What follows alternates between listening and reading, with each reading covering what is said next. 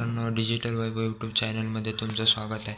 काही शासनाचे महत्त्वाचे निर्णय घेण्यात आलेले आहे. आजच्या या कॅबिनेट डिसिजन मंत्रिमंडळात त्याचे निर्णय आज मी तुम्हाला सांगणार आहे. नवीन आला असाल तर चॅनलला सबस्क्राईब करा, बेल नोटिफिकेशन ऑन करा. चला तर मित्रांनो, व्हिडिओ सुरू करूया.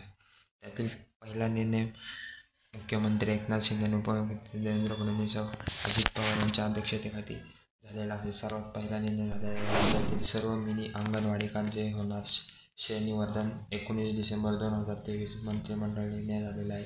या निर्णयामध्ये 116 कोटी 42 लाख रुपये खर्चास मान्यता देण्यात आलेली आहे. तसेच अंगणवाडी मदतीसाठी साडी व गणवेशकरिता रक्कम देण्यात आलेली आहे. तसेच औषधोपचारांकरिताही साहित्य दिले जाणार आहे.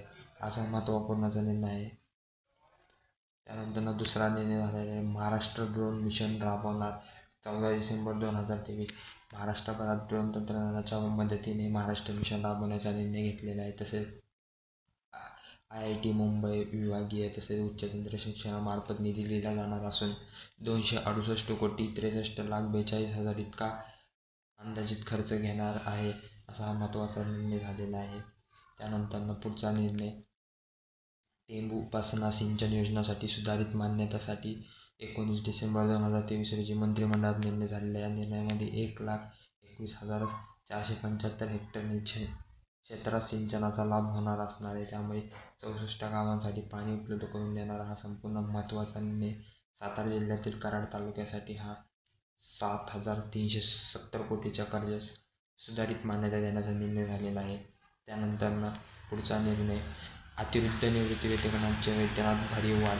शासकीय सेवानिवृत्त झालेल्या अतिवृद्धांच्या निवृत्तीकरिता वाढ करण्याचा निर्णय झालेला आहे. म्हणजे 1 जानेवारी 2024 पासून हा अंमलात येणार आहे. यासाठी दरमहा 15 कोटी रुपये इतका अतिरिक्त खर्च येणार असणार आहे. हा निर्णय झालेला आहे.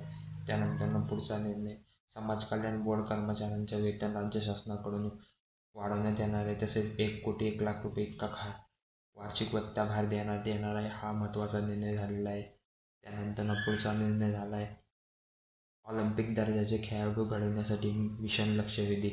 जे ऑलिम्पिक विद्यार्थ्यांमध्ये जे विशेष खेळाडूंसाठी योजना सुरू करण्यात आलेली आहे. त्यामध्ये 12 प्रकारच्या खेळाडूंसाठी आंतरराष्ट्रीय दर्जाच्या 240 खेळाडू राज्यातील 6 ठिकाणी त्यांना 160 कोटी 46 लाख 35 हजार इतका खर्च अपेक्षित असणारा हा महत्त्वाचा निर्णय मंत्रिमंडळात झालेला आहे. त्यानंतर पुढचा निर्णय करारावरील वैद्यकीय प्राध्यापकांच्या मानधनातही वाढ झालेली आहे. तसेच सध्या कंत्राटी प्राध्यापकांना 50,000 रुपये तर सहयोगी प्राध्यापकांना 40,000 रुपये असे मानधन दिले जाणार आहे. हा महत्त्वाचा निर्णय झालेला आहे.